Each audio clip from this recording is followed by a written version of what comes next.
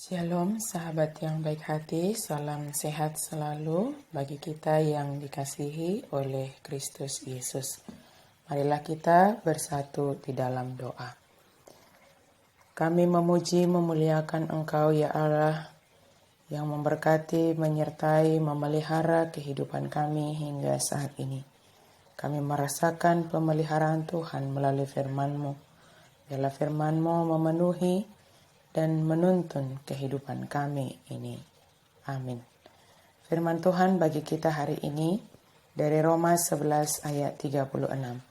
Sebab segala sesuatu adalah dari Dia dan oleh Dia dan kepada Dia, bagi Dialah kemuliaan sampai selama-lamanya.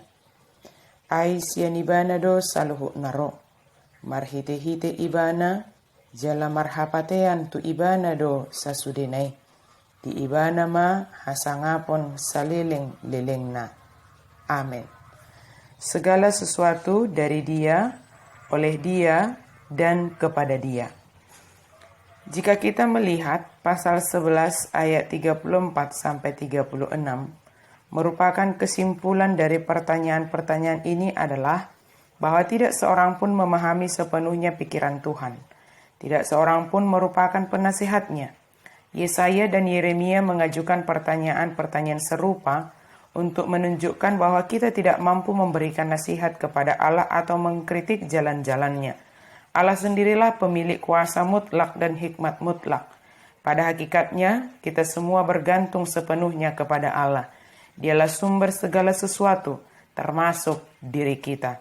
Dialah kuasa yang menopang dan memerintah dunia yang kita diami.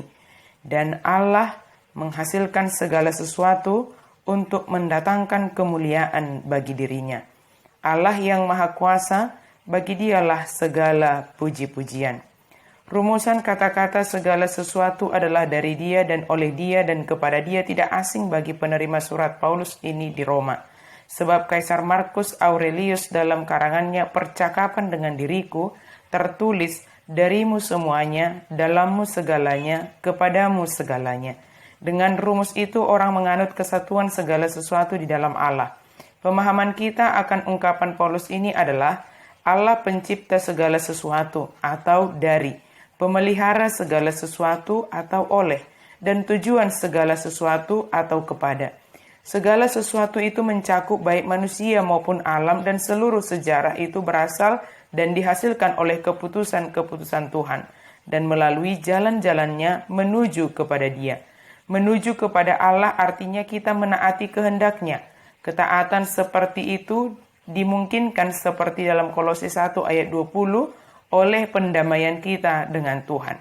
Ketaatan itu dalam Kisah Para Rasul 20 ayat 21 mulai dari pertobatan kepada Allah. Bahwa segala sesuatu sampai kepada Allah berarti segala sesuatu terarah hanya kepada Allah, mencari tahu kehendak-Nya dan ingin berbuat sesuai dengan kehendak Allah. Paulus menganut bahwa Tuhan yang menyelamatkan, yang menjadi tujuan hidup kita, serta pengharapan seluruh makhluk. Maka pantaslah yang ditimbulkan olehnya bukan sikap pasrah, melainkan puji-pujian, sebagaimana diungkapkan dalam bagian kedua ayat 36 ini. Bagi Dialah kemuliaan sampai selama-lamanya. Di dalam bahasa Batak ditambahkan amin. Berhadapan dengan Allah yang begitu kaya akan kemurahan, bagi kita orang berdosa ini, maka kita tidak dapat memegahkan diri kita sendiri. Sebagaimana seruan dalam bait Allah, seruan puji-pujian bagi Allah akan disambut oleh jemaat dengan kata amin. Artinya benarlah demikian, bahwa hanya Allah yang patut kita muliakan dan hanya bagi Dialah puji-pujian sampai selama-lamanya. Sahabat yang baik hati, kita yang berasal dari Allah, artinya pencipta kita adalah Allah, dan hidup kita hanya oleh Allah, bahwa Dialah yang memelihara hidup kita hingga saat ini, serta tujuan hidup kita adalah Allah. Fokus hidup kita hanya terarah kepada Allah saja. Tidak ada tujuan lain dalam hidup kita ini yang menolong kita untuk taat sepenuhnya kepada Allah. Ketaatan kita kepada Allah yang mencipta, memelihara, dan menjadi tujuan hidup kita, menolong kita untuk hidup di dalam puji-pujian yang kita tujukan hanya kepada Allah. Hidup yang selalu memuji dan memuliakan Allah akan menolong kita sendiri dalam menjalani hari-hari kita dengan penuh sukacita dan pengharapan.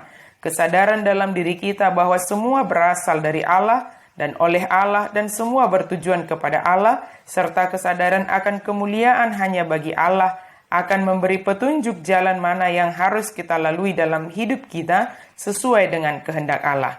Mari kita selalu menyampaikan kemuliaan dan puji-pujian hanya kepada Allah sumber pengharapan kita. Dan tentunya hidup yang memuji dan memuliakan Tuhan adalah hidup yang bersyukur atas segala sesuatu yang terjadi di dalam hidup kita. Sebab sebagai orang yang percaya, kita menyadari bahwa segala sesuatu yang terjadi dalam hidup kita adalah untuk mendatangkan kebaikan bagi kita.